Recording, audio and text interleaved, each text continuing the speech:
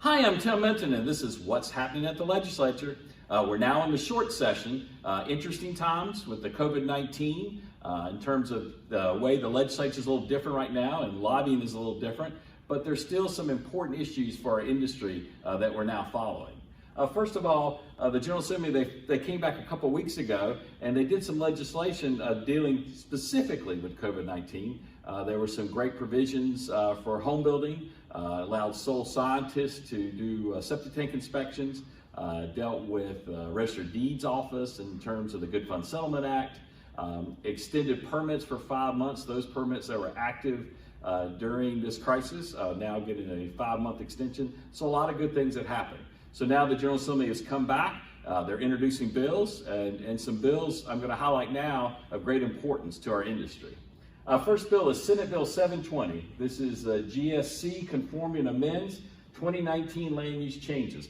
It's a mouthful, and it's a mouthful of a bill as well. Just a couple things I want to highlight. Basically what this does is take Senate Bill 355 that was from last year. That was a 122-page bill. It dealt with issues of vesting, other things in terms of land development, and it was a very important bill for our industry. A lot of major changes to land use in North Carolina. What this bill that's been introduced this year does is basically puts Section 1 of that bill and Section 2 together to make sure that everything is consistent. And the General Statutes Commission, its job was to do that and then basically have a bill introduced in the General Assembly. And that's what we have here.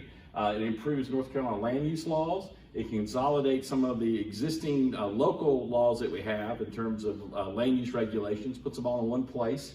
It's been a 5-year process that we've been working on this, and hopefully this will be the last year for it. This bill was actually in the Senate State and Local Government Committee this week, passed unanimously, and next Tuesday, hopefully will be heard in the Senate Judiciary Committee.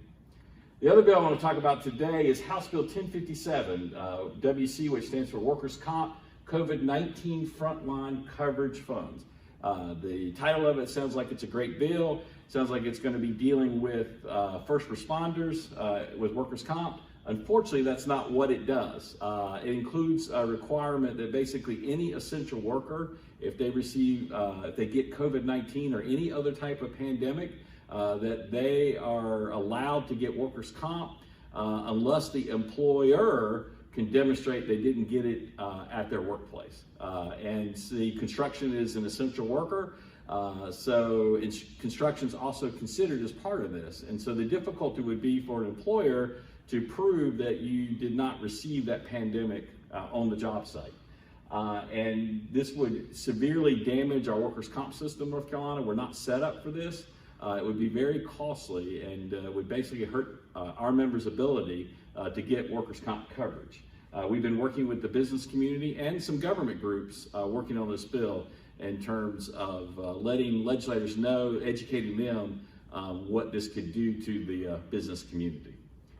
Now, I want to highlight our Legislator of the Week. Our Legislator of the Week is Senator Chuck Edwards. He's District 48, which is in the mountain area of North Carolina. Buncombe County, Henderson County, Transylvania County. He is the major sponsor of the land use bill that we've got going this year. And also he's the co-chair of the Senate Commerce and Insurance Committee. Very powerful committee in the Senate. So Senator Edwards, we want to thank you for everything you do.